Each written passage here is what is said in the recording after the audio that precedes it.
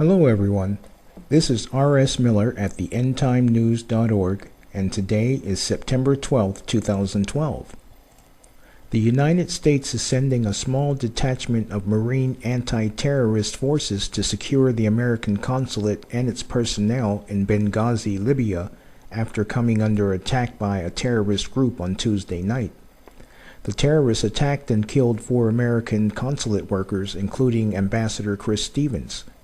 The State Department identified another victim as Sean Smith, a Foreign Services Information Management Officer. The identities of the others were being withheld pending notification of next of kin. Allegedly, the reason for the attack was the making of a movie which ridiculed Islam's Muhammad. A U.S. ambassador and 3 staff members were killed during an attack in Libya. Protesters in Benghazi were reportedly angry over an amateur film that mocked the Islam prophet Muhammad.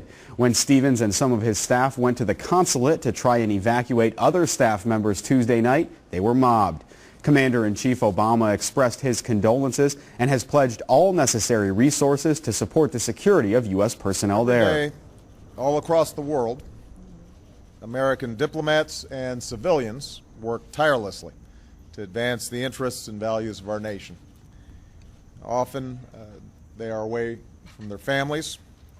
Sometimes they brave great danger. Yesterday, 4 of these extraordinary Americans were killed in an attack on our diplomatic post in Benghazi.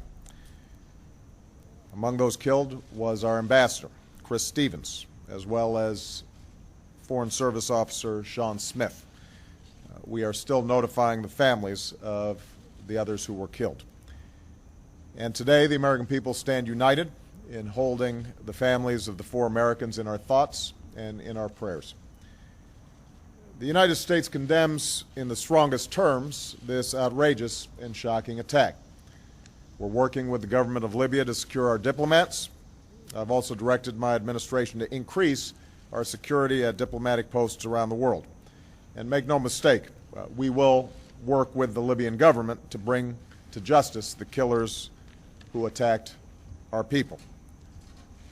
Since our founding, the United States has been a nation that respects all faiths.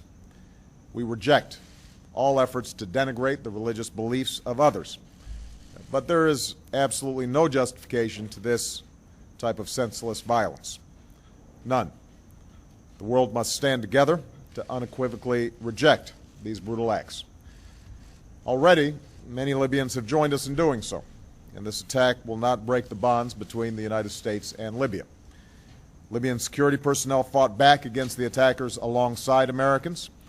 Libyans helped some of our diplomats find safety, and they carried Ambassador Stevens' body to the hospital, where we tragically learned that he had died. It's especially tragic that Chris Stevens died in Benghazi because it is a city that he helped to save. At the height of the Libyan revolution, Chris led our diplomatic post in Benghazi. With characteristic skill, courage, and resolve, he built partnerships with Libyan revolutionaries and helped them as they planned to build a new Libya.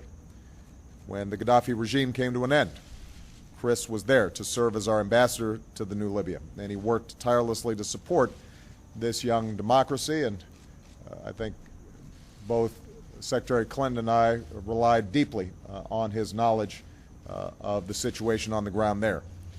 He was a role model to all who worked with him and to the young diplomats who aspire to walk in his footsteps. Along with his colleagues, Chris died in a country that is still striving to emerge from the recent experience of war. Today, the loss of these 4 Americans is fresh, but our memories of them linger on. I have no doubt that their legacy will live on through the work that they did far from our shores and in the hearts of those who love them back home. Of course, yesterday was already a painful day for our nation as we marked the solemn memory of the 9/11 attacks. We mourned with the families who were lost on that day. I visited the graves of troops who made the ultimate sacrifice in Iraq and Afghanistan at the hallowed grounds of Arlington Cemetery and had the opportunity to say thank you and visit some of our wounded warriors at Walter Reed. And then last night, we learned the news of this attack in Benghazi. As Americans, let us never, ever forget that our freedom is only sustained because there are people who are willing to fight for it, to stand up for it, and in some cases, lay down their lives for it. Our country is only as strong as the character of our people and the service of those, both civilian and military, who represent us around the globe. No acts of terror will ever shake the resolve of this great nation, alter that character, or eclipse the light of the values that we stand for. Today we mourn for more Americans who represent the very best of the United States of America. We will not waver in our commitment to see that justice is done for this terrible act, and make no mistake, justice will be done. But we also know that the lives these Americans led stand in stark contrast to those of their attackers.